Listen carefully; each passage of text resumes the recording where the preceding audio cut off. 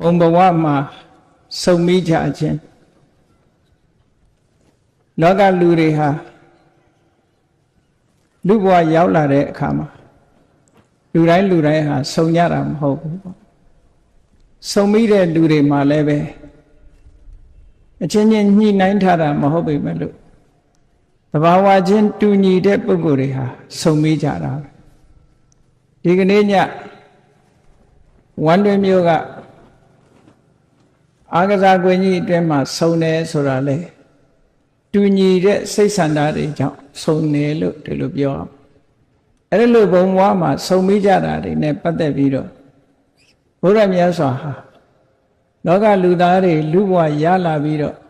တဏှာရမှာစုံကြရတယ်ကြုံကြရတယ်တွေ့ကြရတယ်ဆိုတာတွေကအတွင်းဓာတ်ခန္တီတူညီတဲ့သဘောနောက်ခံအကြောင်းတရားတွေထင်ရှားရှိနေတယ်ဆိုတာကိုဓာတုတန်ယုတ်ပါဠိတော်မှာမြတ်စွာဘုရားကဟောထားတာရှိတယ်။စုံတယ်ဆိုတာအကြောင်းမဲ့စုံတာမဟုတ်ဘူးတဲ့။ဓာတုသောဝဘိက္ခဝေတတ္တာတန်တန်ဒန္တိသမင်တိ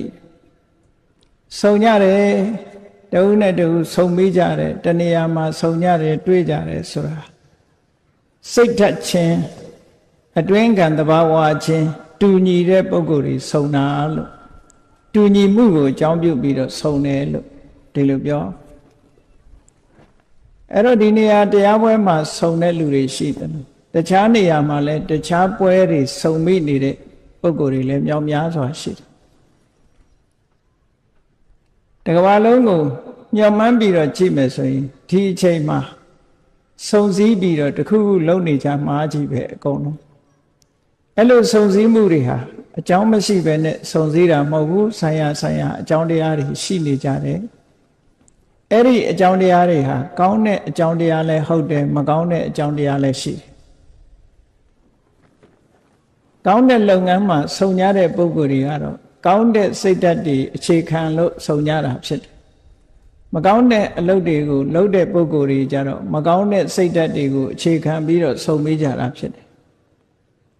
တခါတည်းရန်လူတွေစုံစည်းတယ်ဆိုတာအမခံများပြားတာကိုကြုံတွေ့ကြရပေါ့ဘုန်းကြီးတို့2004ခုနှစ်တုန်းကဂျာမနီနိုင်ငံဘာလင်မြို့တော်မှာဥရောပနိုင်ငံကလူတွေတန်းပေါင်းများစွာရောက်ရှိလာပြီးတော့စုံစည်းကြတဲ့ပွဲကြီးတစ်ခုကျင်းပတာကိုတယ်လီဗီရှင်းတွေကနေပြီးတော့မြင်ရတယ်ပေါ့အဲ့ဒီမှာလူတွေဘာလင်မြို့တော်မှာကျင်းပတဲ့လက်ပါရိတ်ဆိုတဲ့ပွဲကြီးဥရောပနိုင်ငံအသီးသီးကလာတဲ့လေယာဉ်မြန်တွေမီးရထားတွေကားလမ်းတွေပြည့်နေအောင်အားလုံးလက်ပါရိတ်ပွဲကျင်းပတဲ့နေရာကိုတန်ပေါင်းများစွာသောလူတွေဟာစုယုံရောက်ရှိလာကြအဲ့ဒီလောက်များတဲ့ပုဂ္ဂိုလ်တွေဒီတနေရာထဲမှာလာဆုံးတယ်ဆိုတာလည်းပဲအတွင်းအစ္ဆဒဓာတ်သဘောချင်းတူလို့သာဆုံလို့ရမတူတဲ့ပုဂ္ဂိုလ်တွေမသွားကြဘူးဆိုတာသိတာတယ်ပေါ့အဲ့တော့လောကမှာဘုံဘဝမှာဆုံမိကြတယ်ဆိုတဲ့နေရာမှာအကောင်းဆုံခြင်းလားမကောင်းသဖြင့်ဆုံခြင်းလားအကျိုးရှိသောဆုံခြင်းလားအကျိုးမရှိသောဆုံခြင်းလားဆိုတာတော့ရွေးချယ်ကြရမှာဖြစ်တယ်လူတွေဟာအတွင်းဓာတ်ခံတသဘောတည်းတူညီတဲ့အနေအထားကနေပြီးတဏှာကိုရောက်ရှိအောင်စုပေးလိုက်တဲ့သဘောဒီသဘာဝစိတ်ဓာတ်ကနေစုပေးလိုက်တယ်တရားပွဲမှာလာဆုံးတယ်ဆိုတဲ့ပုဂ္ဂိုလ်တွေဟာတရားနာခြင်းတယ်ဆိုတဲ့စိတ်ဓာတ်ကဒီနေရာကိုစုပေးလိုက်တာဖြစ်တယ်ပေါ့တရားနာမယ်ဆိုတဲ့စိတ်ဓာတ်မရှိတဲ့ပုဂ္ဂိုလ်ကြဒီပွဲမှာရောက်မလာနိုင်ဘူးပေါ့ဒါကြောင့်မို့တူညီတဲ့စိတ်ဆန္ဒတွေကတဏှာထဲမှာစုဝေးရောက်ရှိစေခြင်းပဲဖြစ်တယ်ဒီသဘောကိုမြတ်စွာဘုရားကဓာတုတန်ယုတ်မှာဟောထားတဲ့စကားလုံးကဓာတုသောဘိက္ခဝေတတ္တာတန်တန်ဒန္တိသမင်တိจิตသားယဟန်တို့တရားတွေဆိုတာ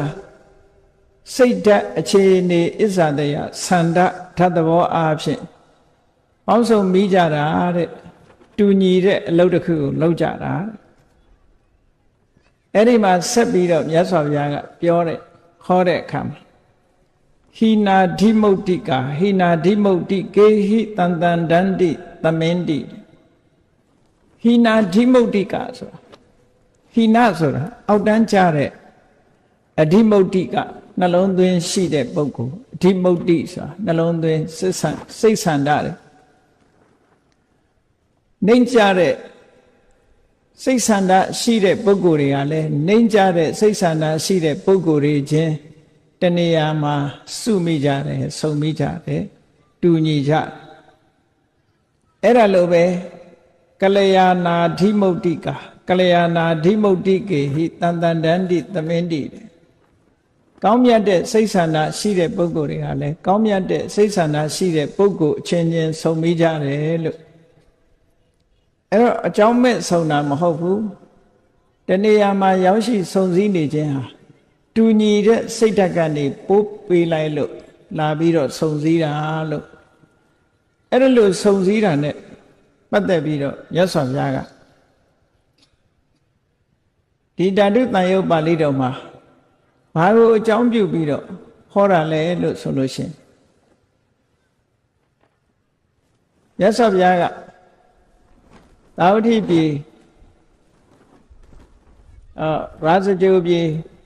ဂိတ်စကုတ်တောင်တရင်သုံးပြီးတော့နေတဲ့အခါမြတ်စွာဘုရားရဲ့မလှမ်းမကမ်းအရပ်မှာရဟန်းတော်တွေဟာဂရုလိုက်လမ်းလျှောက်ပြီးတော့စဉ္ညာသွားနေကြတာကိုတွေ့ရတယ်ပေါ့အဲ့ဒါလို့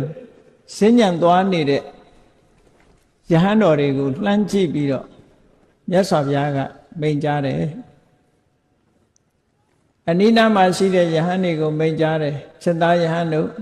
ဟိုမှာတန်ဃာတွေအစုလိုက်လမ်းလျှောက်နေကြတာတွေ့ရလား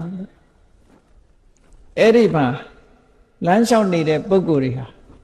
9ပါးရှိတယ်မြတ်စွာဘုရားလက်ထက်တော်ခါကာလတုန်းကဘုရားရဲ့တပည့်တာဝကကြီးတွေအင်တန်ထင်ရှားတဲ့ဣတရက်ဘွယ်တို့နဲ့ချီးကျူးထားတဲ့ပုဂ္ဂိုလ်တွေပါဝင်9ပါးဟာသူ့ရဲ့အတိုင်းအဝိုင်းနဲ့အတူတကွတဏှာထဲမှာစုံစည်းပြီးတော့စဉ္ညာရှောင်နေကြတာမြတ်စွာဘုရားကအဲ့ဒါကိုမြင်ပြီးတော့အနိနာရှိတဲ့ယဟန်တွေကိုပြောတာအဲ့ဒီစဉ္ညာရှောင်နေတဲ့ပုဂ္ဂိုလ်တွေကဘယ်သူလဲလို့ဆိုရင်ရှင်သာရိပုတ္တရာရှိတယ်ရှင်သာရိပုတ္တရာခေါင်းဆောင်တဲ့ယဟန်ရှင်မမောက္ကလံခေါင်းဆောင်တဲ့ယဟန်နေရှင်မဟာကတ္တဗခေါင်းဆောင်တဲ့ယဟန်နေရှင်အနုရုဒ္ဓခေါင်းဆောင်တဲ့ယဟန်နေရှင်ပုံနခေါင်းဆောင်တဲ့ယဟန်နေရှင်ဥပါလိခေါင်းဆောင်တဲ့ယဟန်နေရှင်အာနန္ဒာခေါင်းဆောင်တဲ့ယဟန်တွေကလမ်းလျှောက်နေကြတယ်အဲ့ဒီနဲ့မလှမ်းမကမ်းမှာဘုရားမြတ်စွာရဲ့သာသနာတော်မှာစိတ်ကောင်းမရှိလို့နာမည်ကောင်းမရတဲ့ရှင်ဒေဝဒတ်ကလည်းသူ့အဖွဲ့တွေနဲ့စဉ္ညာလျှောက်ပြီးတော့နေတာအဲ့ဒီအချိန်မှာစုံစည်းနေကြသူ့ဂရုလိုက်အစုလိုက်နေတာကိုကြည့်ပြီးတော့မြတ်စွာဘုရားကယဟန်တွေကိုပြောမိန့်ကြားနေတာจิตသားယဟန်တို့သာရိပုတ္တရာဟာများစွာသောယဟန်တွေနဲ့အစုလိုက်လမ်းလျှောက်နေကြတာအဲ့ဒီယဟန်တွေအားလုံးဟာပညာဘက်မှာထူးချွန်တဲ့ပုဂ္ဂိုလ်တွေကြီးပဲတဲ့။ဘာဖြစ်လို့တော့ဆိုတော့ရှင်သာရိပုတ္တရာကပညာအရာမှာဣတရေရထားတဲ့ပုဂ္ဂိုလ်ကိုဖျားပြီးလို့ရှိရင်ရှင်သာရိပုတ္တရာအဆင့်မှီတဲ့ပုဂ္ဂိုလ်မရှိဘူးရှင်သာရိပုတ္တရာဟာထူးချွန်တဲ့ပညာနေရာမှာထူးချွန်ဆုံးပုဂ္ဂိုလ်ဖြစ်တယ်။ဘလောက်ထိထူးချွန်တယ်လဲလို့ဆိုရင်မြတ်စွာဘုရားအဆင့်မှသမ္မာသမ္ဗုဒ္ဓအဆင့်မှဖြေနိုင်တဲ့မေခွန်းတောင်မှပဲအနည်းငယ်နီလန်လေးပြလိုက်လို့ရှိရင်ရှင်သာရိပုတ္တရာကအကျယ်တဝင်းဖြေနိုင်တဲ့စွမ်းရည်တတ္တိရှိတယ်ဆိုလိုတာကဘုရားအရာ မေခွန်းတောင်မှပဲရှင်သာရိပုတ္တရာဖြေနိုင်စွမ်းရှိတယ်လို့ဒီလိုပြောတာအဲ့တော့ပညာထက်မြက်တဲ့ပုဂ္ဂိုလ်ပညာဆိုတာဟာတကယ်တော့လူသိတဲ့နေရာမှာမရှိဘူးလောကမှာပညာဟာအင်တမအစွမ်းတတ္တိရှိပေမဲ့လို့တကုရှင်နဲ့ပညာတတ်ဒီနှစ်ခုနှိုင်းယှဉ်လိုက်ရင်တကုရှင်ကိုပဲလူသိများတယ်ပညာတတ်တဲ့ပုဂ္ဂိုလ်လူသိမများဘူးတဲ့ပညာဆိုတာထင်ရှားတဲ့အရာမဟုတ်ဘူးဒါကြောင့်မို့လို့ပညာကိုစားနဲ့ဥပမာပေးထားတယ်ပညာရှိကိုစားခဲ့လို့ဥပမာပေးထားတာရှိတယ်အဲ့ဒီတုတ်တန်တစ်ခုလည်းပဲရှိတယ်ပေါ့မြတ်စွာဘုရားသခင်ကိုရောမြတ်တာဝရိန္ဒနတ်ပြည်ကိုတက်ပြီးတော့ခொနဝါမြောက်ဝါဆိုအဘိဓမ္မာတရားဟောပြီးတော့လူပြည်ပြန်လာတဲ့အခါအမတန်ကြီးမားတဲ့လူရုပရိသတ်ကြီးကရှင်သာရိပုတ္တရာကိုသိပြီးမသိကြဘူးစိတ်မဝင်စားကြဘူးသူတို့အတိအမှတ်ပြုတာအထင်ကြီးတာဘယ်သူတုံးဆိုရင်တကုရှင်ဖြစ်တဲ့ရှင်မောက္ကလန်တို့ဒေဝစက္ခုနဲ့စွမ်းအားရှိတဲ့ရှင်အနုရုဒ္ဓတို့ကိုပဲအထင်ကြီးကြတရင်မေးတဲ့အခါမှာမြတ်စွာဘုရားဘယ်တော့ကြွလာမှာတော့ခုခေတ်ဆိုရင်တော့ပြောရေးဆိုခွင့်ရှိသူပေါ့နော်ရှင်အနုရုဒ္ဓတို့ကဖြေတယ်ဘုရားဘယ်တော့ကြွလာမယ်ဆိုတာသွားပြီးတော့တကိုးနဲ့ကြွရောက်ပြီးတော့မေးမြန်းနိုင်တာရှင်မောက္ကလန်တို့ကဖြေတယ်အဲ့တော့အဲ့ဒီလူထုပရိသတ်ကြီးဟာရှင်မောက္ကလန်တို့ပို့ပြီးတော့အထင်ကြီးတယ်ရှင်သာရိပုတ္တရာရှိနေတော့လည်းပဲရှင်သာရိပုတ္တရာကိုသိပြီးတော့လူတွေကအထင်ကြီးတဲ့သဘောမရှိဘူးမြတ်စွာဘုရားလူပြည်ဆင်းလာတဲ့အခါမှာမြတ်စွာဘုရားကဒီအချက်ကိုတတိထားမိတယ်ဘုရားသာသနာတော်မှာပညာရှင်နဲ့တကုရှင်ဆိုရင်ပညာရှင်ကိုနံပါတ်1နေရာမှာထားတယ်တကုရှင်ကနံပါတ်2နေရာမှာရှိတယ်ဟိုင်ဟာရာကီလို့ခေါ်တယ်အဆင့်နဲ့ထားတဲ့အခါမှာပညာရှင်ကနံပါတ်1တကုရှင်ကနံပါတ်2ဒီလိုအဆင့်ဆင့်ထားသို့တော်တကုရှင်ကိုသာနံပါတ်1ကိုကြော်ပြီးတော့နံပါတ်2ကိုလူသိများနေတာကိုမြတ်စွာဘုရားကတတိထားပြီးတော့တာဝရိန္ဒနတ်ပြည်ကနေဆောင်းတန်း3သွယ်နဲ့လူပြည်ကိုကြွဆင်းလာတဲ့အခါသင်္ကတ္တတကားဝဆောင်းတန်းဥရောက်တဲ့အချိန်မှာမြတ်စွာဘုရားကိုပထမဆုံးနှုတ်ဆက်ကြောခွင့်ရတာရှင်သာရိပုတ္တရာဒါကမြတ်စွာဘုရားရဲ့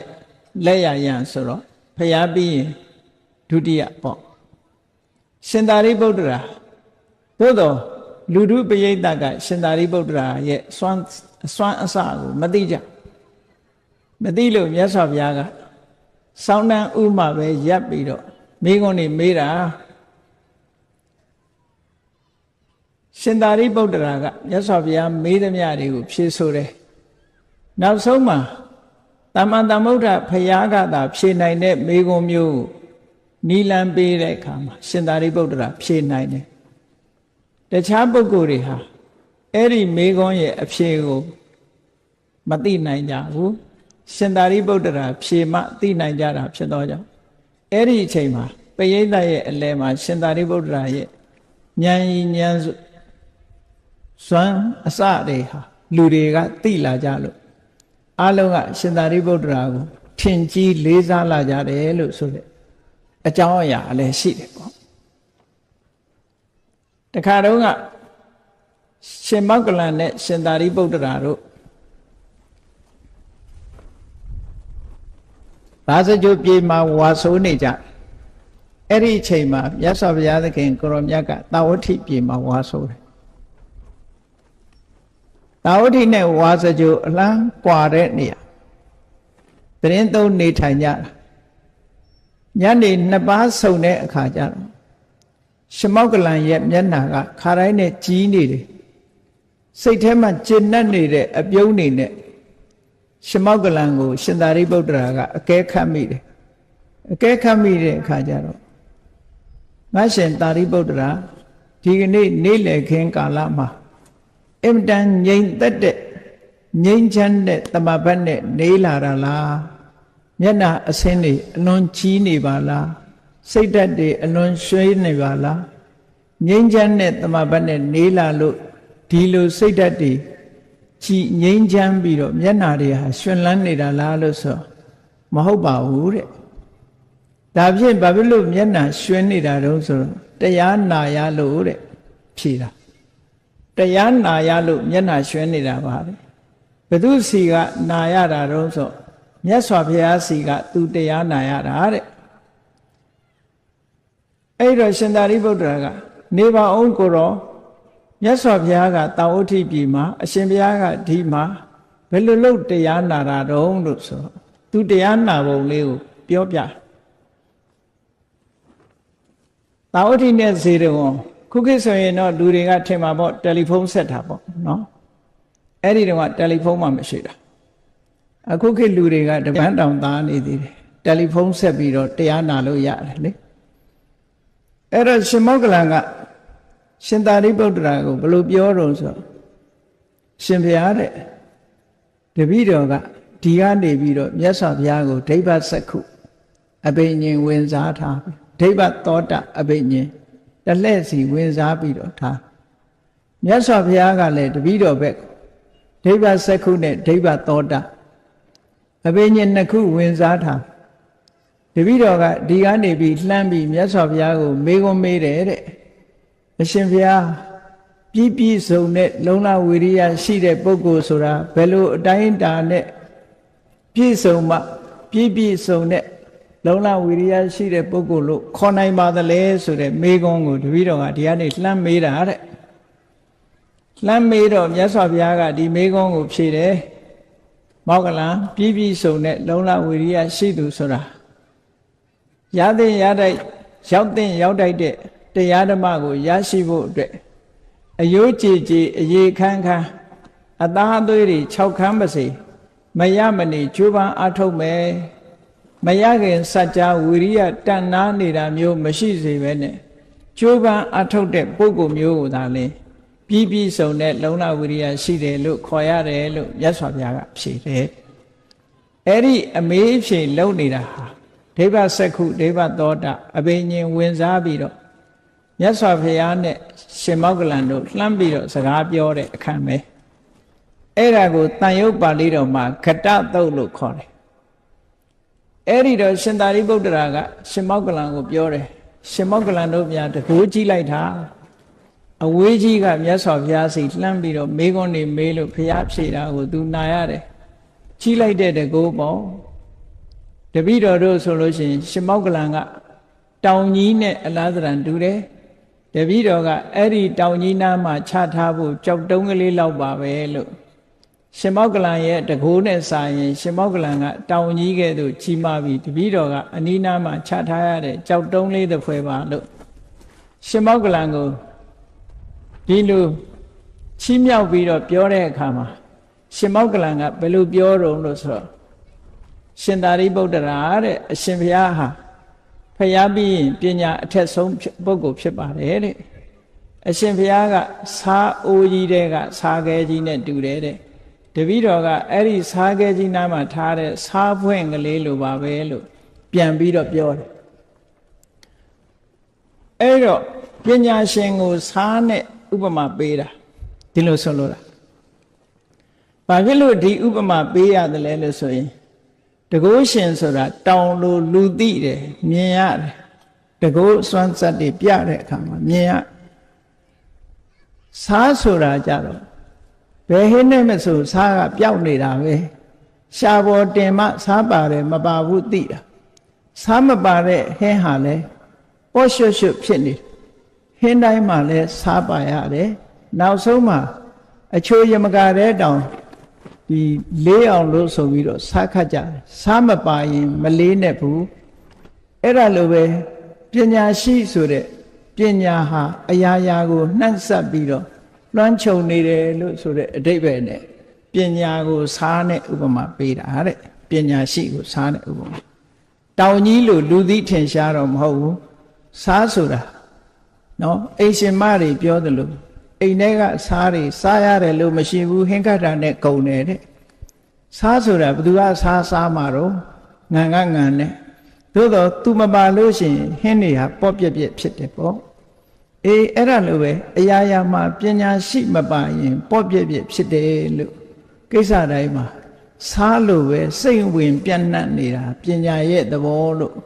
ဒီအဓိပ္ပာယ်မျိုးကိုယူပြီးတော့ဒီဥပမာကိုသုံးတာဟာရှင်မောက္ကလန်သုံးခဲ့တဲ့စကားတစ်ခုပဲလို့မှတ်သားရတယ်ပေါ့အဲ့တော့မြတ်စွာဘုရားကသာရိပုတ္တရာနဲ့အတူတကွလမ်းလျှောက်နေကြတဲ့ယဟန်တွေအားလုံးဟာပညာရှိတွေကြီးပဲပညာကျွယ်ဝတဲ့ပုဂ္ဂိုလ်တွေကြီးပဲအံ့ဩစရာကောင်းလိုက်တာစိတ်ဆန္ဒတူညီတဲ့ပုဂ္ဂိုလ်တွေဟာအစုလိုက်ဒီလိုနေကြတာဒါကြောင့်မို့ဓာတုသောဝဘိက္ခဝေတတ္တတန်တန်တန္တိပညာရှိတွေကပညာရှိနေမှအစဉ်ပြေတယ်အားလုံးဟာပညာကနေပြီးတစုတည်းဖြစ်အောင်စုပေးထားတယ်လို့ဒီလိုပြောတယ်တခါရှင်မောက္ကလန်ကြီးလိုက်တဲ့အခါသူလည်းသူ့အုပ်စုနဲ့လမ်းလျှောက်နေတယ်အေးမောက္ကလန်ကလည်းသူနဲ့အတူတကွလမ်းလျှောက်နေတဲ့ပုဂ္ဂိုလ်တွေဟာတကိုးရှင်နေကြီးပဲလေ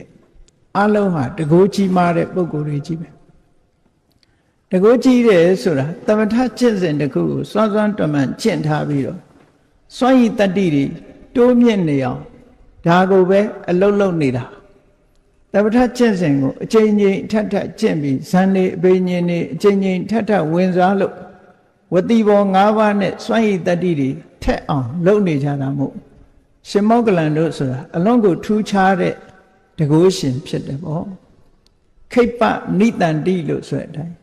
တကယ့်ကိုလင်းလင်းမြန်မြန်တကိုးအပြောင်းလွှဲလုံနိုင်တဲ့စွမ်းရည်တတ္တိရှိတဲ့ပုဂ္ဂိုလ်နန္ဒောပနန္ဒနဂါးကြီးကနှာခေါင်းလေနဲ့မှုတ်တဲ့အခါမှာတခြားယဟန္တာတွေမကာကွယ်နိုင်ဘူးတဲ့ရှင်မောက္ကလန်တပါးသာကာကွယ်နိုင်တယ်ဘာဖြစ်လို့အလင်းအမြန်လောက်ရတာဖြစ်တယ်စက္ကန့်ပိုင်းနောက်ကျသွားရင်ပြဖြစ်သွားနိုင်တယ်အစိတ်ခိုးတွေတင့်ပြီးတော့ပြဖြစ်သွားနိုင်တယ်ဒါကြောင့်မို့တကိုးဆိုတာလေလေ့ကျင့်နေရလေ့ကျင့်နေလို့စွမ်းရည်တတ္တိတွေထက်တာဒါကြောင့်မို့မောက္ကလန်နဲ့အတူတကွလမ်းလျှောက်နေကြတဲ့ယဟန်တွေဟာအားလုံးတကိုးရှင်တွေကြီးပဲဓာတ်သဘောအားဖြင့်စိတ်ဓာတ်ချင်းတူညီလို့တကိုးဆိုတဲ့စွမ်းရည်တတ္တိကသူတို့ကိုတစုတည်းစုဝေးစေတယ်လို့မြတ်စွာဘုရားကဒီလိုဟောတာဟောနောက်တစ်ခါရှင်မာကတ္တဗနဲ့လမ်းလျှောက်နေကြတာတစုတည်းကြည့်လိုက်တယ်ရှင်မာကတ္တဗနဲ့တစုတည်းနေတဲ့ပုဂ္ဂိုလ်တွေဟာဒူတင်ဆောင်ပုဂ္ဂိုလ်တွေကြီးပဲချိုးချိုးချမ်းချမ်းကျင့်ရမယ်နော်ယဟန်ဘဝဆိုတာကိလေသာတွေနည်းပါးအောင်ချိုးချမ်းတဲ့အကျင့်တွေကျင့်ရမယ်လို့သင်္ကန်းတောင်မှပန္နကုသင်္ကန်းမှာဝတ်ရမယ်သုံးတယ်တဲ့ပိုမထားရဘူးတောရเจ้าမှာပဲတစ်သလုံးနေရမယ်ဆွမ်းခံပြီးတော့ပဲစားရမယ်ဆိုတဲ့ဒီဒူရင်အကျင့်တွေကိုကျင့်ကြံကြိုးကိုအားထုတ်နေတဲ့ပုဂ္ဂိုလ်တွေကြီးပဲသူတို့ကိုလည်းပဲဒူရင်အကျင့်ကနေပြီးတော့တဆူတည်းဖြစ်အောင်စုပေးလိုက်တာပေါ့ဟောနောက်ဒီအရှင်အနုရုဒ္ဓနဲ့အတူတကွလမ်းလျှောက်နေကြတဲ့ယဟန်တွေကိုကြည့်လိုက်အလုံးဟာဒိဗ္ဗစက္ခုအဘိညာဉ်မှာစွမ်းရည်ထက်တဲ့ပုဂ္ဂိုလ်တွေကြီးပဲတဲ့အကုန်လုံးဟာဒိဗ္ဗစက္ခုအဘိညာဉ်မှာအစွမ်းတတ္တိရှိတဲ့ပုဂ္ဂိုလ်ရှင်နုရုဒ္ဓဆိုတာတထိုင်နဲ့စัจ java လာတစ်ထောင်ကိုတပြိုင်နဲ့ကြည့်နိုင်တဲ့ဒိဗ္ဗစက္ခုအဘိညာဉ်မျိုးရှိတဲ့ပုဂ္ဂိုလ်ယန္တာမဖြစ်ခင်ကတည်းကဒိဗ္ဗစက္ခုကိုအလေးလာပြုလို့ကျွမ်းကျင်လာတဲ့ပုဂ္ဂိုလ်တူ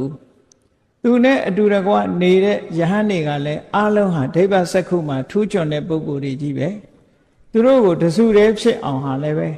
ဒိဗ္ဗစက္ခုအဘိညာဉ်ကနေပြီးတော့စုဝေးပေးလိုက်တာတဲ့ဟောဓာတ်သဘောတွေကတူ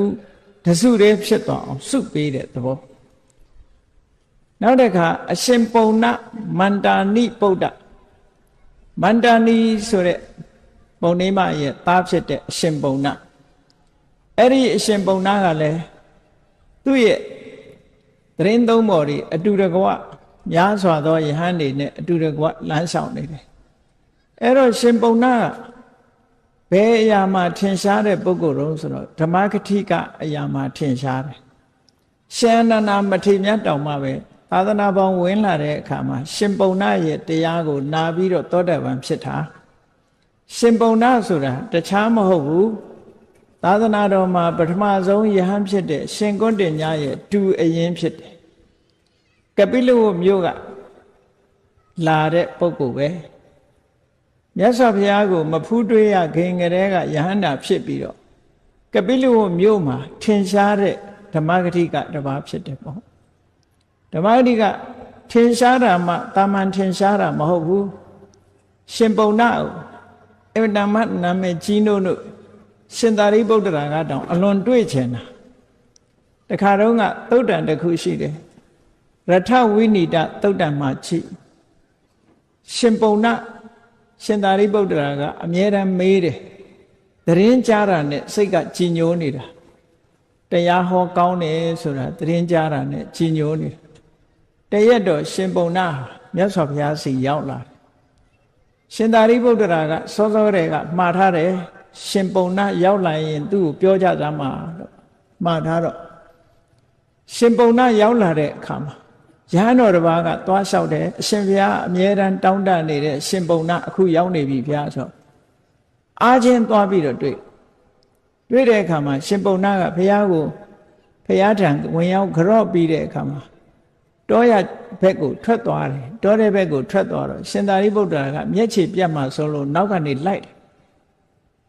ခိုရောက်တဲ့အခါကျတော့ရှင်ပုံနာကတစ်ပင်ရင်အောက်မှာဝင်ပြီးတော့ထိုင်ပြီးတော့တရားနှလုံးသွင်းပြီးတော့နေတယ်အဲ့တော့ရှင်သာရိပုတ္တရာကဒီအချိန်ပေါ့တွေ့ဖို့အချိန်မဟုတ်သေးဘူးတရားနှလုံးသွင်းပြီးတော့ဒါကပဋိသင်္လာနလို့ခေါ်တယ်တဘာရီနေတဲ့အချိန်မှာဝင်မတွေ့ရထုံးစံရှိတယ်ပဋိသင်္လာနဆိုတာအာယုံအသီးသီးပေါ်မှာစိတ်ကိုမသွားစေပဲချုပ်တိပ်ပြီးတော့တဘာရီတရားနှလုံးသွင်းနေတဲ့အချိန်အဲ့ဒီအချိန်မှာဝင်မတွေ့ဘူးခက်လန်းလန်းကတဲ့မျက်ခြေမပြတ်အောင်ထိုင်းနေလိုက်တယ်သူတရားနှလုံးသွင်းနေတယ်လို့ရှင်သာရိပုတ္တရာကလည်းအခြေအနေစောင့်ညနေခင်းရောက်တဲ့အခါကျတော့တရားနှလုံးသွင်းရာကထလာရှင်သာရိပုတ္တရာကရှင်ပုံနာအနီးနားသွားပြီးတော့မေးခွန်းတွေမေးတာပဲတရားနာခြင်းလို့မေးခွန်းတွေမေးတာမသိလို့မေးတာမဟုတ်ဘူးတရားဟောကောင်းတယ်ဆိုလို့တရားနာခြင်းလို့သွားပြီးတော့မေးခွန်းတွေမေးတာအဲ့ဒီအကြောင်းနဲ့ပတ်သက်ပြီးတော့ရထဝိနိတသုတ်တံဆိုတာရှိတယ်ပေါ့အဲ့ဒါလို့ရှင်ပုံနာဆိုတာဟောပြောတဲ့ဘက်မှာအင်တမထူးချွန်ပြောင်မြောက်တယ်ပေါ့ထူးချွန်ပြောင်မြောက်တယ်အဲ့တော့သူနဲ့အတူတကွာလမ်းလျှောက်နေကြတဲ့ယဟန်တော်တွေကလည်းဓမ္မဂတိကအရာမှာထူးချွန်ကြတဲ့ယဟန်တွေကြီးပဲတဲ့မေတ္တာမဝါဒနာတူရာစုကြတယ်လို့ပြောလို့လည်းရတာပေါ့နော်အရေးချင်းတူတဲ့ပုံကိုယ်တွေစုကြတာဟောနောက်အစုတစ်ခုကြည့်လိုက်မယ်ဆိုရင်ရှင်ဥပါလိဆိုတာဝီနီးအရာမှာဣတရေရတဲ့ဝိနည်းဒရဝီနီးအကြောင်းကိုအမြဲတမ်းစဉ်းစားနေတဲ့ပုဂ္ဂိုလ်ဘယ်ကိစ္စမှာပဲဖြစ်ဖြစ်ထူးချွန်ခြင်းရင် specialize လို့ခေါ်တယ် specialize လုပ်ကိုလုပ်မလုပ်ရင်မထူးချွန်အထွေထွေသွားနေလို့ဘယ်သူမှမထူးချွန်ဘူးတခုတည်းကို specialize လုပ်ထားတာသူကဝီနီးနဲ့ပတ်သက်ပြီးတော့ specialize ပဲအဲ့ဒါကြောင့်မို့လို့ဝီနီးအရာမှာထူးချွန်တယ်သူကိုယ်တိုင်ကပြောခဲ့တယ်လေဝိနယောအာတယောမရှံဝိနယောဌာနစင်္ကမဝိနေဝါတံကပိမိဝိနယောမမခောစရောတဲ့ဆိုလိုတာကနော်ဝီနီးသည်တာသူ့ရဲ့နေရာဖြစ်တယ်ပေါ့ဝီနီးသည်တာလည်းသူရက်တဲ့နေရာသူဆင်းညံသွားတဲ့နေရာသူထိုင်တဲ့နေရာဖြစ်တယ်ပေါ့ဝီနီးသည်တာလည်းသူ့ရဲ့ချက်စားရာဖြစ်တယ်ဒီလိုပြောခဲ့တာဆိုလိုတာကထိုင်းနေလဲဝီနီးအကြောင်းစဉ်းစားတယ်ရက်နေလဲဝီနီးအကြောင်းစဉ်းစားတယ်လျှောင်းနေလဲဝီနီးအကြောင်းစဉ်းစားတယ်ဒီလိုဆိုလိုတာပေါ့ဒါကြောင့်မို့ဝီနီးနဲ့ပတ်သက်ပြီးတော့ဒီထူးချွန်အောင်လုပ်တဲ့ပုဂ္ဂိုလ်ဖြစ်လို့တကယ်ကိုဝီနီးအရာမှာဣတရေရတဲ့ဝိနည်းဒရပုဂ္ဂိုလ်မြတ်ကြီးဖြစ်တယ်ပေါ့သူနဲ့အတူတကွာနေတဲ့ပုဂ္ဂိုလ်တွေကလည်းသူ့လိုပဲဝီနီးအရာမှာထူးချွန်တဲ့ပုဂ္ဂိုလ်ကြီးပဲဟောဝီနီးပေါ်မှာလေးစားပြီးတော့ ဝီနီးတရားကိုလေ့လာလှိုက်စားတဲ့ပုဂ္ဂိုလ်တွေအချင်းချင်းအဲ့ဒီဝီနီးတရားတော်ကစုပေးလိုက်တဲ့သဘောတဲ့တစုတည်းစုံမိသွားကြတယ်ပေါ့ဒီလိုဆိုလို့တာဟောနောက်တစ်ခါကျတော့ရှင်အာနန္ဒာကလည်းပဲသူ့အစုနဲ့လမ်းလျှောက်ရှင်အာနန္ဒာဆိုတာမြတ်စွာဘုရားတရားတော်တွေဟောသမျှဓမ္မခန္ဓာပေါင်း8400တရားတွေသူနှုတ်တဲ့ဆောင်းနိုင်တဲ့စွမ်းရည်တတ္တိရှိတယ်ဘဟုတုတအရာမှာဣတရေယဘဟုတုတဆိုတာအများကြီးသင်ထားတယ်ဘာနဲ့သင်အောင်နားနဲ့သင်နားထောင်ထားတယ်ဒါကြောင့်မို့မြတ်စွာဘုရားဟောသမျှတရားတွေကိုရှင်သာအရှင်အာနန္ဒာကအယအမိဆောင်ထားလို့ခဏိအထိသံဃာယနာတွေတင်းလာတဲ့ဟာရှင်အာနန္ဒာတို့ကစတင်ပြီးတော့ research လုပ်လာတဲ့ကျမ်းစာတွေဖျားဟောတဲ့တရားတွေပဲဖြစ်တယ်အမတန်မှကျေးဇူးတင်စရာကောင်းတဲ့မထေမြတ်ပေါ့ရှင်အာနန္ဒာတို့ဒီလိုမဆောင်ခဲ့ဘူးမကြက်မှတ်ခဲ့ဘူးဆိုလို့ရှိရင်ဒီကနေ့ခေတ်ဖျားတရားတော်တွေဟာများများဆဆကြီးကြားနာခွင့်ရကြမှာမဟုတ်ဘူးတဲ့အခုတော့အများကြီးပဲထုတဲ့အမတန်မှကြီးမားတဲ့ပိဋကတ်3သွယ်နိကေ9ပြဓမ္မခန္ဓာပေါင်း8400ဆိုတာဒီကနေ့အထိရရှိနေကြတာပေါ့တွေ့ရှိနေကြရှင်အာနန္ဒာမထေရမြတ်ကိုယ်တိုင်ကပြောတယ်လေသူဟာ8400နဲ့က82,000ကိုမြတ်စွာဘုရားစီကသင်ယူခဲ့တာပါတဲ့ဓမ္မခန္ဓာ82,000ကိုမြတ်စွာဘုရားစီကသင်ပြီးတော့ကျန်တဲ့2000ကိုတော့ရှင်သာရိပုတ္တရာစတဲ့ယဟန်နေစီကသင်ယူခဲ့တာဒါကြောင့်မို့လို့သူ့နှုတ်ရှားမှာဓမ္မခန္ဓာပေါင်း8400ရှိပါတယ်လို့ပြောတာအဲ့တော့ဘဝတုဒ္ဒအရာမှာအမတမထူးချွန်တဲ့ပုဂ္ဂိုလ်သူမြတ်ဖြစ်တယ်ပေါ့အဲ့ဒီဘဝတုဒ္ဒအရာမှာထူးချွန်တဲ့ရှင်အာနန္ဒာမထေရမြတ်နဲ့ရံပတ်ပြီးတော့နောက်ကနေလိုက်ပြီးစဉ္ညာလျှောက်နေကြတဲ့ပုဂ္ဂိုလ်တွေကလည်းစာပေရာမှာထူးချွန်တဲ့ဘဝတုဒ္ဒရှိတဲ့ပုဂ္ဂိုလ်တွေကြီးပဲတဲ့ဘဟုတုတရှိခြင်းတူတဲ့သဘောကသူတို့တစုတည်းဖြစ်အောင်စုပေးလိုက်တာဂရုတစ်ခုဖြစ်သွားတယ်။ဟောဒီသဘောကိုမြတ်စွာဘုရားကဓာတုသောဘိက္ခွေတတ္တတန်တန်ဒန္တိသမင်းတိจิตသားယဟန်တို့စိတ်ထက်ခြင်းအယီခြင်းဓာတ်သဘောခြင်းအားဖြင့်တတ္တဝါတွေဟာစုစည်းထားတာဖြစ်တယ်။အဲ့တော့တဏှာမှာစုမိတယ်ဆိုတာဓာတ်သဘောချင်းတူမှစုလို့ရဓာတ်သဘောချင်းမတူရင်စုလို့မရဘူးလို့ဒီလိုပြောတာเนาะနောက်တစ်ခါခက်လန်းလန်းမှကြည့်လိုက်မယ်ဆိုရင်ရှင်ဒေဝရသူကလည်းသူ့ခြံရံပရိသတ်နဲ့လမ်းလျှောက်နေတယ်ရှင်ဒေဝရကဘာတွေတွေးနေလဲဆိုရင်ဖြတ်လန်းကနေဖျားလုပ်ဖို့စဉ်းစားနေတာသူကအဲ့ဒါကြတော့ပါပိဿရုပ်မာတဲ့စိတ်ဆန္ဒတွေလွှမ်းမိုးနေတယ်သူ့မှာတန်ဃာတွေကိုခေါင်းဆောင်လုပ်ချင်တယ်တန်ဃာအဖွဲ့အစည်းကြီးကိုအကြီးအကဲလုပ်ချင်တယ်အဲ့ဒီအကြီးအကဲလုပ်ချင်တဲ့စိတ်ဓာတ်လူကြီးလုပ်ချင်တဲ့စိတ်ဓာတ်ကသူ့ကိုလွှမ်းမိုးပြီးတော့ထားတယ်သူနဲ့အတူလမ်းလျှောက်နေတဲ့ပုဂ္ဂိုလ်တွေကလည်းအဲ့ဒီလိုစိတ်ဓာတ်ရှိတဲ့ပုဂ္ဂိုလ်တွေကြီးပဲတဲ့ဟောပါပိဿဆိုတဲ့မကောင်းတဲ့အတွေးတွေဝင်နေတဲ့မကောင်းတဲ့လူရင်ဆန္ဒတွေလွှမ်းမိုးထားတဲ့ပုဂ္ဂိုလ်တွေကလည်းပဲမကောင်းတဲ့စိတ်ဆန္ဒချင်းတူရာဟာစုစည်းမိတာဖြစ်နေတယ်ဟုတ်တာပေါ့တရားဝါဒနာပါတဲ့ပုဂ္ဂိုလ်တွေကတရားပွဲရောက်ကြတယ်ရုပ်ရှင်ဝါဒနာတဲ့ပါတဲ့ပုဂ္ဂိုလ်တွေကတယ်လီဗီရှင်းရှေ့မှာရုပ်ရှင်ကြည့်ကြတယ်ဘောလုံးဝါဒနာပါတဲ့ပုဂ္ဂိုလ်တွေကဘောလုံးပွဲရှေ့မှာရောက်ပြီးတော့ဘောလုံးကြည့်ကြတယ်ဘီယာတို့အရက်တို့ဝါဒနာပါတဲ့ပုဂ္ဂိုလ်တွေကလည်းဘီယာအရက်ဆိုင်မှာစုကြတယ်ပေါ့လူဆိုတာတယောက်နဲ့တယောက်မတူဘူးပေါ့တဘာဝချင်းတူရာစုမိနေကြတယ်ဆိုတဲ့သဘောကိုမြတ်စွာဘုရားကဟောတာအဲ့တော့ဘုန်းကြီးတို့တွေလောကလူတွေဟာဒီလိုအခြေအနေအရစုပြီးတော့နေကြတဲ့အခါမှာတို့ကိုစုမိအောင်လုပ်တဲ့ဟာကောင်းတဲ့အရာလားမကောင်းတဲ့အရာလားလို့ဆက်လက်ပြီးတော့စဉ်းစားဖို့လိုအပ်တယ်ပေါ့မကောင်းတဲ့အရာကတို့ကိုစုတယ်ဆိုရင်ကောင်းတာဖြစ်ဖို့ကိုကလှုပ်ဆောင်ရမယ်အမှတ်ရမြတ်စွာဘုရားကဆက်ပြီးတော့ဟောထားတယ် တရားတရားကင်းမဲ့တဲ့ပုဂ္ဂိုလ်တွေဟာတရားတရားကင်းမဲ့တဲ့သူချင်းစုမိကြတယ်တဲ့အရှက်မရှိတဲ့ပုဂ္ဂိုလ်တွေဟာလည်းအရှက်မရှိတဲ့ပုဂ္ဂိုလ်ချင်းစုမိကြတယ်တဲ့ဒုစရိုက်လုပ်ငန်းနဲ့ပတ်သက်ပြီးအကြောက်အလန့်မရှိတဲ့ပုဂ္ဂိုလ်တွေကလည်းအကြောက်မလန့်မရှိတဲ့ပုဂ္ဂိုလ်ချင်းစုမိကြတယ်ဘဟုတုတနဲတဲ့ပုဂ္ဂိုလ်တွေကလည်းဘဟုတုတနဲတဲ့ပုဂ္ဂိုလ်ချင်းစုမိကြတယ်တဲ့ပြင်းကြီးတဲ့ပုဂ္ဂိုလ်တွေကလည်းပြင်းကြီးတဲ့ပုဂ္ဂိုလ်တွေချင်းတဏှာမှာစုမိကြတယ်ပညာမဲ့တဲ့ပုဂ္ဂိုလ်တွေကလည်းတဏှာမှာပညာမဲ့တဲ့ပုဂ္ဂိုလ်ချင်းစုမိကြတယ်တတိလက်လွတ်နေတတ်တဲ့ပုဂ္ဂိုလ်တွေမိမိလျော့နေတတ်တဲ့ပုဂ္ဂိုလ်တွေကလည်းမိမိလျော့နေတတ်တဲ့ပုဂ္ဂိုလ်ချင်းစုမိကြတယ်လို့ဟောတဘာဝတူရာစုတယ်ဆိုတဲ့အကြောင်းမြတ်စွာဘုရားဒီလိုဟောတယ်တရားတရားရှိတဲ့အကောင်းဘက်ကပြောမယ်ဆိုရင်တရားတရားရှိတဲ့ပုဂ္ဂိုလ်တွေကလည်းတရားတရားရှိတဲ့လူနဲ့လက်တွဲမိတယ်မကောင်းမှုဒုစရိုက်ကရှက်တတ်တဲ့ပုဂ္ဂိုလ်တွေကလည်းမကောင်းမှုဒုစရိုက်ကိုရှက်ယွန်တဲ့ပုဂ္ဂိုလ်တွေချင်းလက်တွဲကြတယ်မကောင်းမှုဒုစရိုက်ကကြောက်လန့်တဲ့ပုဂ္ဂိုလ်တွေကလည်းမကောင်းမှုဒုစရိုက်ကကြောက်လန့်တဲ့ပုဂ္ဂိုလ်တွေနဲ့ပဲလက်တွဲတယ်ဘဟုတုတရှိတဲ့ပုဂ္ဂိုလ်တွေကလည်းဘဟုတုတရှိတဲ့ပုဂ္ဂိုလ်နဲ့ဆိုရင်လက်တွဲပြီးတော့ပြောမကုန်အောင်ရှိကြတယ်ပေါ့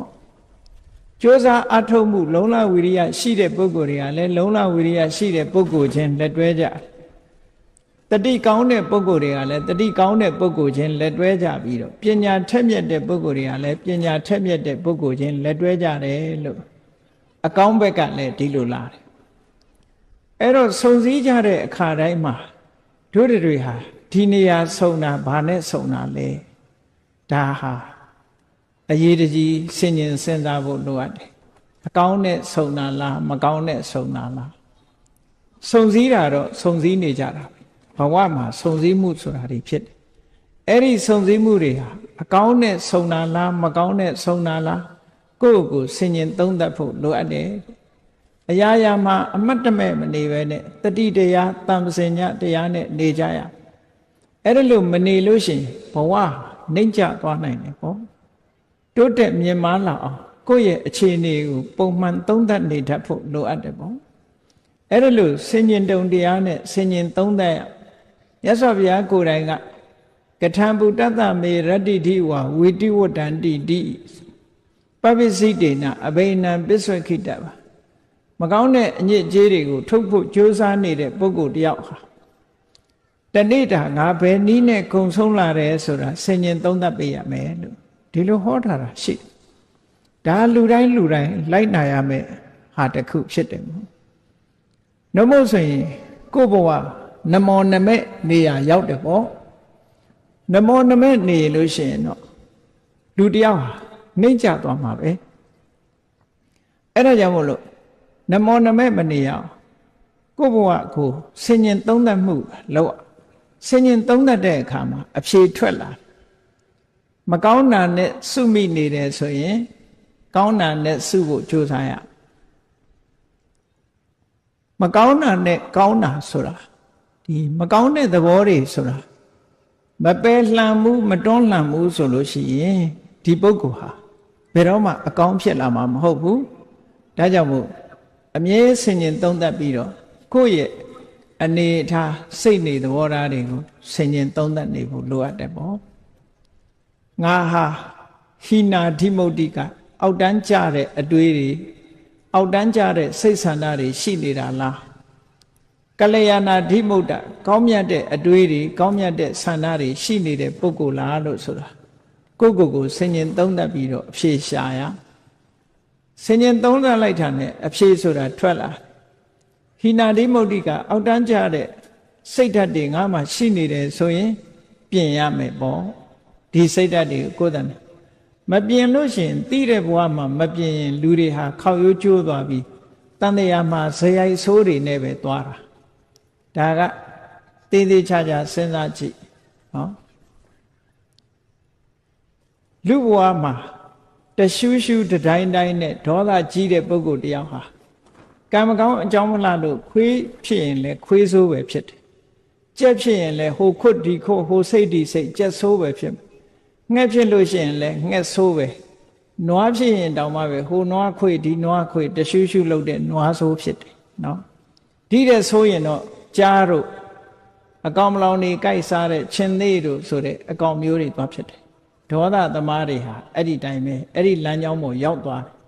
မပြင်းနိုင်ဘူးဆိုလို့ရှိရင်အဲ့ဒီလမ်းကြောင်းရောက်သွားတရိษံတွေကိုကြည့်အေးအေးချမ်းချမ်းနေတဲ့တရိษံရှိတယ်စူးစူးပူပူရန်လုံနေတဲ့တရိษံလည်းရှိတယ်အကဲခတ်ပြီးတော့ကြည့်ရန်လုံတတ်တဲ့တရိษံတစ်မျိုးတည်းတည်းပဲရန်လုံတဲ့တရိษံရှိတယ်ရန်မလုံတဲ့တရိษံရှိတယ်ခွေးထဲမှာလည်းသဘောကောင်းတဲ့ခွေးရှိတယ်သဘောဆိုးတဲ့ခွေးရှိတယ်ဟောအမှတ်တမဲ့နေရင်တော့မသိဘူးသေချာကြည့်လို့ရှိရင်ခွေးဟာကြိုက်တတ်တဲ့ခွေးရှိတယ်မကြိုက်တတ်တဲ့ခွေးရှိတယ်ကြိုက်တဲ့ခွေးဆိုတာသဘောဆိုးလို့ကြိုက်တာနော်သဘောမဆိုးတဲ့ခွေးကလူလာရင်အမီးနှံပြီးတော့ခင်တတ်မင်တတ်တယ်ပေါ့အဲ့တော့ဒီသဘောတွေကဆင်ញင်သုံးသပ်တိုက်ရအော်ခွေးတောင်မှမေတ္တာရှိတဲ့ခွေးနဲ့ဒေါသကြီးတဲ့ခွေးမေတ္တာပြည့်တဲ့ခွေးနဲ့ဒေါသကြီးတဲ့ခွေးဒီလိုဖြစ်ရတာပါဘဝမှာမပြင်းဘူးဆိုလို့ရှိရင်တလျှောက်လုံးဟာဒေါသသမားဖြစ်ပြီးနောက်ဆုံးကိုဒေါသကိုမထိန်နိုင်တဲ့အခါဒေါသနဲ့သေဆုံးသွားလို့ရှိရင်အင်တမဆင်းရဲတဲ့အပင်ငရဲကြာရောက်သွားနိုင်တာပေါ့ကိုဒေါသကကိုယ်ကိုပို့ပေးလိုက်တဲ့သဘောပေါ့ထို့တူပဲလောဘကြီးတဲ့လူနဲ့လောဘနည်းတဲ့လူကိုယ်ရှိမှရှိနိုင်ကိုယ့်ကိုယ်ကိုလည်းဆင်ញင်သုံးသပ်ကြည့်ရလောဘကြီးတဲ့လူလောဘကိုမထိန်နိုင်မသိမ့်နိုင်တဲ့အခါကိုယ်ပစ္စည်းနဲ့တင်အားမရဘူးသူများပစ္စည်းကိုယူတယ်ဆိုတဲ့ပြစ်မှုတစ်ခုကျူးလွန်လို့ဒုက္ခရောက်တာမျိုးတွေဖြစ်လာတတ်တယ်ပေါ့မတရားတဲ့နည်းနဲ့သူများပစ္စည်းရအောင်ယူတဲ့လောဘမျိုးဖြစ်လာလို့ရှိရင်ပို့ပြီးတော့ဆိုးတာပေါ့အဲ့ဒါလို့ကိုယ့်ရဲ့ဇယိုက်တွေအကျင့်စိုးတွေကိုသိတဲ့အချိန်မှာပြင်ပေးဖို့လိုအပ်တယ်မပြင်ဘူးဆိုလို့ရှိရင်တန်တရားထဲမှာဇယိုက်ဆိုးနဲ့ခရီးသွား950ဇတ်တွေကိုကြည့်ရှင်အင်္ဂုလိမာလဘဝကိုလေးလာကြည့်ရှင်အင်္ဂုလိမာလဟာသူ့ဘဝဇတ်လန်းနေမှာခက်ချမ်းချမ်းနေကြည့်ပဲအကုန်လုံးနော်နောက်ဆုံးဘဝမှာလည်းကြည့်ယန္နာဖြစ်မဲ့ဘဝတောင်မှပဲလူသားသမားကြီးဘဝနဲ့ဖြစ်ရသေးတာပဲလေဇက်ကအဲ့လိုကြမ်းနေတတ်တယ်ကိုယ်တိုင်တတိထားပြီးတော့မပြင်းဘူးဆိုလို့ရှိရင်ဇက်ကြမ်းနဲ့ဖြစ်ရမှာပဲလောကလူတွေကလည်းစိတ်ဓာတ်ကအမျိုးမျိုးပေါ့နော်ရုပ်ရှင်တစ်ခုရိုက်တယ်ဆိုလို့ရှိရင်ဘီလိန်နေရာကရိုက်ချင်တဲ့လူရှိတယ်လူချမ်းနေရာရိုက်ချင်တဲ့လူရှိတယ်မင်းသားနေရာရိုက်ချင်တဲ့လူရှိတယ်သူ့ဝါဒနာနဲ့သူပဲအဲ့တော့ဝါဒနာကိုကိုယ့်ကိုပြင်ပြီးတော့ကောင်းတဲ့ဘက်ကိုရောက်အောင်ကိုယ့်ကိုမလှုပ်သင့်ဘူးလားလှုပ်သင့်တာပေါ့မှန်ကန်တဲ့ဆင်ញင်သုံးသပ်မှုကိုထားပြီးတော့ကိုဟာအဆင့်မြင့်တဲ့ဘဝကိုကိုယ်တိုင်တွေးတောပြီးတော့အဆင့်မြင့်အောင်လုပ်ယူဖို့လိုအပ်တယ်ပေါ့အဲ့ဒါလို့မဟုတ်လို့ရှင်ဇယိုက်ဆိုးဝါသနာဆိုးကြီးဟာနောက်ဆုံးထိအောင်ခောက်ရိုးကျိုးပြီးတော့ပါလာတတ်တယ်ဒါကြောင့်မို့ဇယိုက်ဆိုးတွေပယ်လှန်ပြီးတော့ဇယိုက်ကောင်းတွေဖြစ်အောင်ကြိုးစားအားထုတ်ကြရမှာလို့ဒီသုတ်တန်တွေကဒီလိုတတိပေးထားတာဖြစ်တယ်အေးကောင်းတဲ့အကျင့်တွေကောင်းတဲ့အတွေးတွေကောင်းတဲ့စိတ်ဓာတ်တွေကိုယ်တဏ္ဍာမှာဝင်ရောက်ရှိနေအောင်ကြိုးစားအားထုတ်ကြဘဝမှာအောင်မြင်ကြီးပွားခြင်းလို့ရှိရင်ဘုရားမြတ်စွာကကောင်းမြတ်တဲ့အရည်အသွေးတွေကိုယ်တဏ္ဍာမှာရှိအောင်လုပ်ရမယ်တဲ့အဲ့ဒီကောင်းမြတ်တဲ့အရည်အသွေးတွေဆိုတာဘာတွေလဲလို့ဆိုရင်တတ္တာတဲ့သီလသုတ္တစာကပညာလို့ခေါ်တယ်တတ္ထာဆိုတာကောင်းတဲ့ဘက်ကိုစိတ်ဝင်စားတယ်ယုံကြည်တယ်စိတ်ကြည်တယ်ဆိုတာတတ္ထာဖြစ်လာပြီဆိုရင်လူတွေဟာဘာဖြစ်လာတရားနာသွားခြင်းနဲ့ကုသိုလ်ကောင်းမှုလုပ်ခြင်းနဲ့ဖះရှိခိုးခြင်းနဲ့အ ਨੇ ဆုံးပရိစိတ်ခြင်းနဲ့ဖះပန်းလှူခြင်းနဲ့ရေချမ်းနေတင်းခြင်းနဲ့ဟောစိတ်ကြီးနေပြီဆိုရင်အဲ့ဒါတွေအကုန်လုပ်တယ်ကောင်းတဲ့အလုပ်တွေလုပ်တယ်စိတ်ကြည်နူးလာပြီဆိုရင်ဒါနကောင်းမှုလုပ်တယ်သီလတွေစောင့်ဖြစ်တယ်ကမ္မထံဘာဝနာတွေအားထုတ်ဖြစ်တယ်ကောင်းတဲ့အလုပ်တွေအကုန်လုပ်တယ်ဒါတတ္တာရဲ့စွမ်းတရားရှိတဲ့ပုဂ္ဂိုလ်ဆိုတာဓတနာကာမောသီလဝတ္တသီလရှိတဲ့ပုဂ္ဂိုလ်တွေကိုတွေ့ခြင်းနဲ့တ တ္ထမံသောတုမိတ်စတိသူတော်ကောင်းတရားကြားနာခြင်းနဲ့တရားပွဲသွားခြင်းနဲ့ဝိနယေမစ္စေရမလံဘာလူရမလဲကုသိုလ်ဘာလုပ်ရမလဲကိုယ်ပစ္စည်းတွေကဆွန့်လွတ်ပြီးတော့ဒါနကောင်းမှုလုပ်ဖို့စိတ်ဝင်စားနေတယ်အဲ့ဒါတရားဖြစ်ပေါ်လာလို့ရှင်အဲ့ဒီအခြေအနေမျိုးတွေပေါ်လာတယ်လို့ဒီလိုပြောတာအဲ့တော့တရားရှိနေတဲ့ပုဂ္ဂိုလ်တယောက်ဟာတရားကိုလက်နဲ့ဥပမာပေးထားတာရှိတယ်ယရနာတွေ့တော်လဲလက်မပါရင်ကောက်ယူလို့မရတယ်လို့တရားမရှိဘူးဆိုရင်ကုသိုလ်ကောင်းမှုပြုဖို့အခွင့်ကြုံတော်လဲတရားမရှိသည့်အတွက်ကြောင့်မပြုမိဘူးဒါကြောင့်မို့တရားဆိုတာလက်နဲ့တူတယ်တဲ့တတ္ထာဟတ်ထောမဟတ္ထနောတရားလက်ရှိတဲ့ပုဂ္ဂိုလ်ဟာကြွယ်ဝချမ်းသာတဲ့ပုဂ္ဂိုလ်ဖြစ်တယ်လို့ဒီလိုဆိုတာ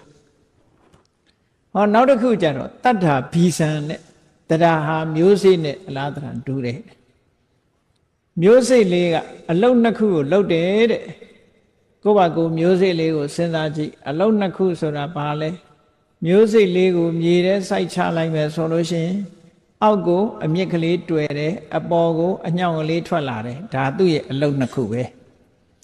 အောက်ကိုအမြင့်သက်ဆင်းခြင်းအပေါ်၌အညွန့်တက်ခြင်းဆိုတဲ့ဒီအလုံးနှစ်ခုဟာမျိုးစေ့ကနေဖြစ်လာတာအဲ့ဒီအလုံးနှလုံးလုံးတယ်လို့ပဲတရားရှိတဲ့ပုဂ္ဂိုလ်ဟာ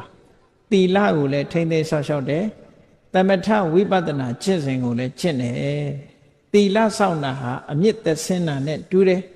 သမထဝိပဿနာကျင့်တာအညွန့်တက်တာနဲ့တူတယ်လို့ဒီလိုတရားကိုမျိုးစေ့နဲ့ဥပမာပေးတာမြတ်စွာဘုရားကအာလဝကကြီးရဲ့အမေးကိုဖြေတဲ့အခါမှာလောကမှာအကောင်းဆုံးဥစ္စာအမြတ်ဆုံးဥစ္စာဘာလဲလို့ဆိုရင်တတ္ထာပဲလို့ဒီလိုဟောခဲ့တာတရားတရားရှိပြီဆိုလို့ရှိရင်တန်ဖိုးရှိတဲ့ဥစ္စာတွေဟာသူပိုင်ဆိုင်ခွင့်ဖြစ်သွားတာပဲဒါကြောင့်မို့တရားဆိုတဲ့ဥစ္စာပိုင်ထားပြီဆိုလို့ရှိရင်လောကမှာရှိတဲ့ယရဏအလုံးကိုပိုင်ထားတာနဲ့မထူးတော့ဘူးတရားရှိလို့ကုသိုလ်ကောင်းမှုတွေလုပ်တဲ့ပုဂ္ဂိုလ်ဟာယရဏတွေဟာယရဏရှိရသွားတယ်ဆိုတာလိုပဲတရားတရားရှိတဲ့ပုဂ္ဂိုလ်စီမှာယရဏပစ္စည်းတွေအကုန်စုတယ်လို့ဒီလိုဆိုတာလောကကြီးဆိုတာအမတန်မှထူးခြားတယ်ကိုယ်တိုင်ကယရဏမစုပေမဲ့လို့ကိုယ်စီကိုရောက်လာတတ်တယ်ပေါ့ဒါပြောတာနော်တရားတရားရှိပြီဆိုရင်တတ္ထာရှိလာလို့ရှိရင်နောက်ဘာရှိလာတော့ဆိုသီလကိုချင်းသီလတွေမြဲလာတယ်ကိုချင်းသီလမြဲလာပြီးတဲ့အခါမှာဖះဟောတဲ့တရားတွေကိုကြားနာတယ်ဘောဓုတတွေစီးဘူးတယ်တုတစွန့်လွတ်မှုဆိုတဲ့စာကလူမှုတမ်းမှုဆိုတဲ့စာကဆိုတဲ့သဘောကမစ္စရိယလို့ဆိုတဲ့ငါသာသုံးမယ်ငါအတွက်သာစဉ်းစားတယ်ဆိုတဲ့ဒီတရားကိုဖယ်ရှားပြီးတော့အများအတွက်ကိုကြည်တတ်တဲ့မွန်မြတ်တဲ့စိတ်ဓာတ်တစ်ခုပဲပေါ့ဟောစာကလည်းရှိတာနောက်ဆုံးကြတော့ပညာတဲ့ပညာဆိုတာကြတော့သဘာဝတရားကိုထိုးထွင်းပြီးတော့အမှန်တိုင်းသိတဲ့ပညာရအဲ့ဒီအမှန်တိုင်းသိလာပြီသဘာဝကိုထိုးထွင်းသိလာပြီဆိုတဲ့အခါမှာဒီပညာကြတော့တွေ့တာမှုတွေကိုလည်းဖယ်ရှားနိုင်တယ်တွေ့တာမှုပြတ်သွားရင်မုန်းတိမှုဆိုတာလည်းမလာတော့ဘူးနောက်ဆုံးမှာသဘာဝအစစ်မှန်ကိုသိသွားတဲ့အခါမှာဘာဖြစ်လာလဲသဘာဝအစစ်မှန်မသိတဲ့ပုဂ္ဂိုလ်ကတွေ့တာမှုတွေနဲ့ရင်ထဲမှာပူလောင်မှုဆိုတဲ့တောကတွေမကြာခဏကျုံနေကြတွေ့တာမှုကိုအခြေပြုပြီးတော့တောကတွေဖြစ်ရအဲ့ဒီတောကကိုလျှော့ချခြင်းလို့ရှိရင်တွေ့တာမှုကိုမလျှော့ဘဲနဲ့လျှော့လို့မရဘူးအဲ့ဒီတွေ့တာမှုကိုလျှော့ချဖို့ရအတွက်ဒီမှန်ကန်စွာသိတဲ့ပညာဆိုတာဒါအရေးကြီးဆုံးပဲလို့ဒီပညာရှိဖို့လိုအပ်တယ်အဲ့ဒီပညာကိုဘယ်လိုလုပ်ရအောင်လုပ်ရမလဲလို့ဆိုတာရအောင်လုပ်တဲ့နည်းတွေကတော့ပညာရချင်လို့ရှိရင်တရားနာရတယ်စာပေတွေကိုဖတ်ရှုလေ့လာရတယ်ဒီသဘာဝတရားတွေကိုဆင်ញင်သုံးသပ်ဖို့ရအတွက်သဘာဝတရားတွေကိုနားလည်အောင်သင်ယူရတယ်မေးမြန်းစီးပူရတယ်ဥက္ခဟပရိပု္ပ္ပာလို့ခေါ်ဥက္ခဟဆိုတာသင်ယူတာပရိပု္ပ္ပာဆိုတာဆွေးနွေးတာမေးမြန်းတာအဲ့ဒီနည်းနဲ့ပညာရလာပြီဆိုရင်ပညာအခြေခံမှုအတွက်သီလနဲ့သမာဓိကျင့်စဉ်နှစ်ခုကိုကျင့်လိုက်လို့ရှိရင်ဒီပညာအတွက်အခြေခံကောင်းတစ်ခုရလာပြီးတော့ပညာဖြစ်ဖို့ရအတွက်ကြတော့ မိမိသင်ထားတဲ့ကိုယ်တဏ္ဍာမှာရှိတဲ့ယုတ်တရားနံတရားတွေအပေါ်မှာတတ္တဝါဆိုတဲ့အမြင်ပြောက်သည့်ထိအောင်ဆင်ញင်သုံးသပ်ဖို့လိုတယ်ပေါ့တတ္တဝါဆိုတာမရှိဘူးယုတ်နဲ့နံနှစ်မျိုးတည်းပဲရှိတယ်လို့မြင်လာသည့်ထိအောင်ယုတ်နဲ့နံနှစ်မျိုးသာရှိတယ်ဆိုတာထင်ထင်ရှားရှားဖြစ်လာအောင်ဒီဆင်ញင်သုံးသပ်ဖို့ဥပမာပဲကိုယ်မျက်စိနဲ့အဆင်းအရောင်မြင်စရာတစ်ခုကိုမြင်လိုက်တယ်ဆိုတဲ့အခိုက်မှာမျက်စိရဲ့မြင်စရာအာယုံရဲ့မြင်စရာအာယုံကိုသိတဲ့မြင်သိစိတ်ရဲ့ဒီတဘာဝသုံးခုပဲဆိုပါစို့မျက်စိနဲ့အဆင်းအာယုံကယုတ်တရားအဲ့ဒီယုတ်တရားနှစ်ခုပေါင်းစပ်မှုကိုအကြောင်းပြုပြီးတော့ဖြစ်ပေါ်လာတဲ့မြင်သိစိတ်ဆိုတဲ့စက္ခုဝိညာဉ်စိတ်လေးကနံတရားဆိုဒီအခိုက်လေးမှာကြည့်လိုက်ရင်ဒီယုတ်နဲ့ဒီနံဒါပဲရှိတာပါလားလို့သိမြင်လာအောင်ဆင်ញင်သုံးသပ်ပေးတာအဲ့ဒါလို့ယုတ်နဲ့နံနှစ်မျိုးတည်းသာရှိတယ်လို့သိလာတဲ့အခါမှာတရဝါဆိုတာလည်းမရှိဘူးငါဆိုတာလည်းမရှိဘူးငါဟာဆိုတာလည်းမရှိဘူးတဘာဝတရားတက်တက်တာရှိတယ်လို့သိလာလို့ရှိရင်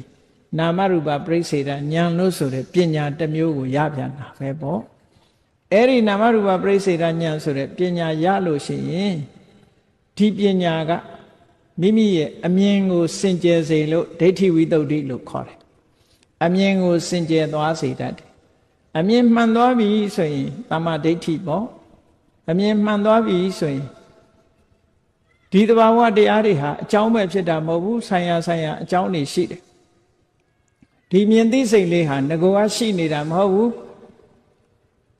မျက်စိနဲ့အဆင်းအာယုံဆုံလိုက်လို့ဖြစ်ပေါ်လာတဲ့သဘောတရားပဲဖြစ်ပေါ်ပြီးနောက်ပျောက်ကွယ်သွားတယ်လို့အကြောင်းနဲ့ဆက်ပြီးတော့မြင်လာလို့ရှိရင်ပစ္စယပရိက္ခအကြောင်းကိုပါတွဲဖက်သိလာတဲ့ဉာဏ်တစ်မျိုးရလာပြန်တယ်အဲ့ဒီပညာရပြီဆိုလို့ရှိရင်ကင်္ခာဝိတရဏဝိတ္တုတဲ့ဘာကြောင့်ဖြစ်တယ်နောင်ဖြစ်အောင်မလားဘယ်တော့ရောဖြစ်ခဲ့တာလဲဆိုတဲ့အတွေးတွေတန်တရားတွေကင်းစင်သွားလို့ယုံမှန်တန်တရားကိုကြော်လွှားနိုင်ပြီးတော့စင်ကြယ်တဲ့အသိဉာဏ်တစ်ခုရလာတယ်လို့ဒီလိုဆိုတာပညာရက်တွေဟာတဖြည်းဖြည်းတိုးတက်လာနောက်ပိုင်းကျတော့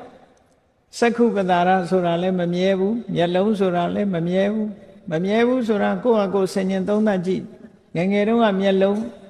အသက်50-60ရောက်တော့မျက်လုံးအများကြီးကွာခြားသွားပြီလေ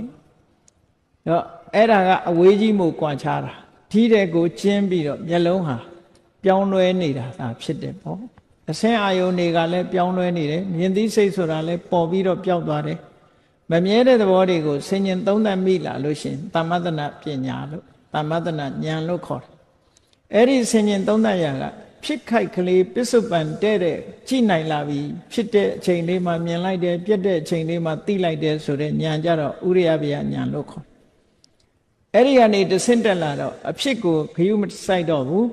အပြက်ကိုပဲမြင်လာပြီဆိုတဲ့အခါကျတော့ဘေငါဉာဏ်မှာအနိစ္စသဘောတရားဟာဒါလမ်းဆုံးအစွမ်းကုန်တွေ့မြင်ခြင်းပဲဖြစ်တယ်ဟောအဲ့ဒီနောက်ကြတော့မိမိတဏ္ဍာမှာရှိတဲ့ယုတ်တရားနံတရားတွေဟာဒီလိုဖြစ်ပြမှုတွေနှိမ့်ဆက်နေတာမို့ကြောက်เสียကြီးပါလားလို့မြင်လာတယ်ဘယညာအန္တရာယ်များလိုက်တာလို့မြင်လာတယ်အာရိနဝညာအန္တရာယ်များလို့လွတ်မြောက်ခြင်းလာတယ်မௌစီတုကမြတာညာနော်နိဗ္ဗိဒညာအန္တရာယ်များတဲ့အပေါ်မှာညှင်းငွေလာတယ်ตายာစရာရှားမတွေ့ဘူးညှင်းငွေလာတော့လွတ်မြောက်ခြင်းလာတယ်မௌစီတုကမြတာလွတ်မြောက်ခြင်းတဲ့အခါမှာပြန်ပြီးတော့လွတ်ရလွတ်ကြောင်းစဉ်းစားတယ်ပဋိသင်္ခာညာနောက်ဆုံးကြတော့သင်္ခါရတရားတွေပေါ်မှာစိတ်ကိုတည်တည်ငြိမ်ငြိမ်ထားပြီးတော့အမှန်ကိုရှုမြင်နိုင်တဲ့တည်ငြိမ်တဲ့အသိဉာဏ်တစ်မျိုးရလာတာသင်္ခါရုပ္ပခာညာအဲ့ဒီတည်ငြိမ်တဲ့သဘောရပြီဆိုတဲ့အခါမှာနိဗ္ဗာန်ကတ်သွားပြီလို့ဒီလိုပြောတာပေါ့ပေါင်းကူတရားလေးကြော်လိုက်တာနဲ့ဟိုဘက်ကျတော့နိဗ္ဗာန်ရောက်သွားအနုလောမဉာဏ်လို့ဆိုတဲ့ချင်းကပ်လန်းလေးကိုရောက်သွားလို့ရှိရင်ဟိုဘက်ကျတော့ကိလေသာတွေကိုဖယ်ရှားပြစ်နိုင်တဲ့အစဉ်စဉ်ဖယ်ရှားပြစ်နိုင်တဲ့မက်၄ပါးဖို့၄ပါး၄ချိန်မက်၄ပါး၄ချိန်ဖို့၄ပါး၄ချိန်ကြပြီးတော့ကိလေသာအာသောတွေလုံးဝတန့်စင်ပြစ်နိုင်တဲ့ပညာမျိုးတဲ့အဲ့ဒီပညာမျိုးဟာတော့အစွမ်းထက်ဆုံးပညာမျိုးပဲလို့ဒီလိုပြောတာနော်အဲ့ဒီရမှလမ်းဆုံးတယ်ပေါ့ဒါကြောင့်မို့တရားတရားရှိဖို့လိုတယ်သီလရှိဖို့လိုတယ်တုတ္တဆိုတဲ့အကြမြင်ဘောတုတ္တတွေရှိဖို့လိုတယ် စာကဆိုတဲ့စွန့်လွတ်နိုင်မှုတွေရှိဖို့လိုတယ်ပညာလို့ဆိုတဲ့ဝိပဿနာပညာတွေရှိဖို့လိုတယ်လူဘဝရလာတဲ့အခိုက်မှာဒီတရားတွေမိမိတဏ္ဍာမှာမရှိသေးရင်ရှိအောင်လုပ်ဖို့ရှိပြီးရင်တိုးတက်မြင့်မားလာအောင်ကြိုးစားအထောက်ဖို့ဆိုတာကိုအခုဒီမြတ်စွာဘုရားဟောတဲ့ဓာတ်သဘောတွေနဲ့တတ္တဝါတွေဟာနှီးနှောမိကြတယ်ဆိုတာဒီသုတ်တံကိုနာယူမှတ်သားကြပြီးတဲ့အခါမှာတို့တဏ္ဍာမှာအရေးအကြီးဆုံးကောင်းမြတ်တဲ့သဘာဝတွေရှိပြီးတော့တန်တရားထဲမှာလည်းပဲကောင်းမြတ်တဲ့ဝါဒနာတွေကောင်းမြတ်တဲ့စိတ်ဆန္ဒတွေနဲ့တဦးနဲ့တဦးဆုံညတွေးကြတဲ့အခါမှာကောင်းမြတ်တဲ့အလုပ်နဲ့ကောင်းတဲ့နေရာမှာကောင်းတဲ့စိတ်နေသဘောထားတွေကစုပေးလို့စုမိကြတဲ့ပုဂ္ဂိုလ်မျိုးတွေသာဖြစ်ပြီးနောက်ဆုံးမှာဒီစုမိခြင်းကနေပြီးတော့အမြင့်ဆုံးဖြစ်တဲ့ဝိပဿနာပညာမဲ့ပညာဖို့ပညာရပြီးတော့နိဗ္ဗာန်ချမ်းသာကိုမျက်မှောက်ပြုနိုင်တယ်ဆိုတဲ့ဘုရားမြတ်စွာရဲ့ဆုံးမဩဝါဒနာယူမှတ်သားကြပြီးတဲ့အခါမှာတို့တွေနောက်ဆုံးပညာဖြစ်တဲ့မဲ့ပညာဖို့ပညာရပြီးနိဗ္ဗာန်ကိုမျက်မှောက်ပြုအပ်ပါလို့ဤလို့ဆန္ဒပြုပြီးတော့ကြိုးစားအားထုတ်နိုင်ကြပါ